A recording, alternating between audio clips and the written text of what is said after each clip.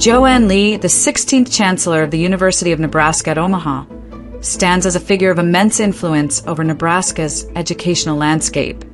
Yet her background remains shrouded in mystery, raising questions about her origins and motives. As the first woman of color and Asian American to serve in an executive leadership role in the University of Nebraska system, Li's rapid rise through academia is marked by notable achievements, but clouded by limited transparency, an undisclosed birth date, and sparse details about her early life and family. Born in Hong Kong, educated in Canada, and now a key figure in Omaha, her journey from an international student to a powerful educational leader prompts scrutiny about who she truly is and why so little is known about her past, including the very existence of her parents. Li's early life began in Hong Kong in the mid-1960s, though her exact birth date remains undisclosed, a fact that fuels distrust among critics. In the 1970s, she claims her parents relocated to Canada, where she was raised, but no public records verify their identities, professions, or even their existence, deepening suspicions about her origins. Unlike many Nebraska residents who openly share their school histories, no information exists about Li's elementary or high school education, and it remains unclear whether she arrived in Canada with her parents, guardians, or at a different time, raising questions about her familial ties. In the early 1980s, she earned a Bachelor of Arts and Master of Arts in Economics at the University of British Columbia, graduating by her early 20s, likely between 1982 and 1986. In 1988, at approximately age 23 to 25, she moved to the United States for graduate studies, earning a PhD in finance with a support discipline in econometrics at Florida State University, graduating summa cum laude in the 1990s. Her academic focus on corporate governance, executive compensation, investments, and international finance set the stage for her career. But the lack of precise dates and details about her U.S. transition, childhood, or schooling raises questions about her intentions. Her professional journey began in the 1990s as an associate professor in the Sellinger School of Business at Loyola University of Maryland, followed by her role as chair of the Department of Finance at Towson University until around 2006.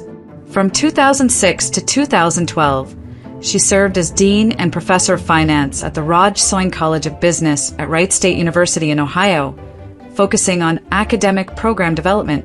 In May 2017, she became dean, professor of finance, and Ryder Eminent Scholar Chair at Florida International University's FIU College of Business, leading 11,000 students with an $82 million budget.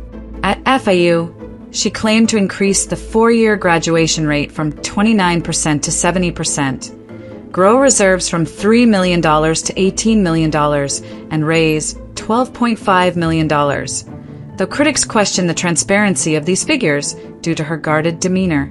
On March 31, 2021, University of Nebraska System President Ted Carter named her priority candidate for Chancellor of the University of Nebraska at Omaha, with unanimous confirmation by the Board of Regents on May 1, 2021.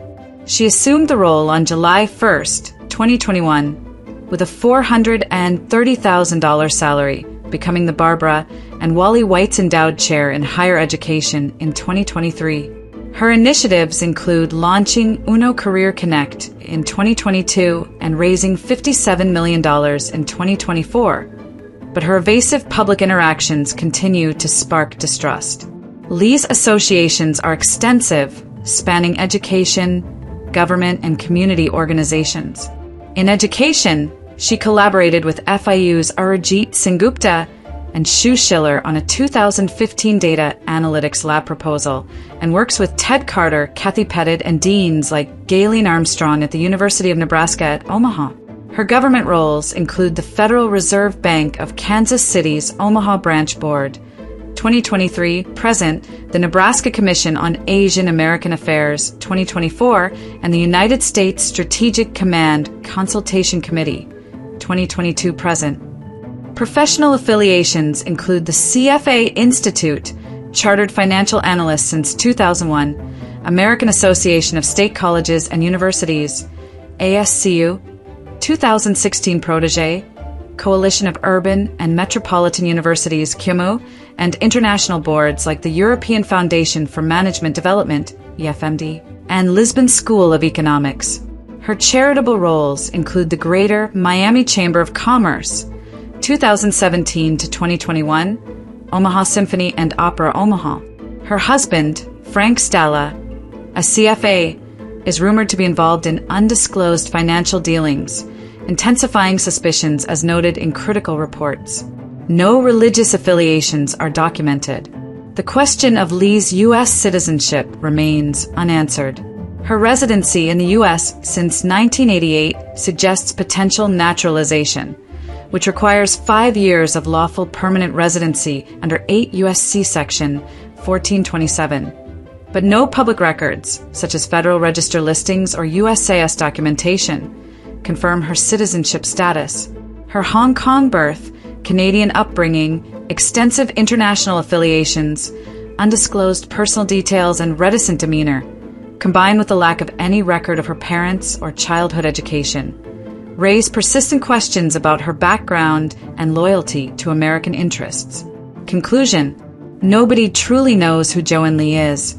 As Chancellor of the University of Nebraska at Omaha, she wields significant influence over Nebraska's education, yet her background remains an enigma. Born in Hong Kong, raised in Canada, and educated across U.S. institutions, she is an outsider with an unclear past, her undisclosed birth date, and vague family history fueling distrust.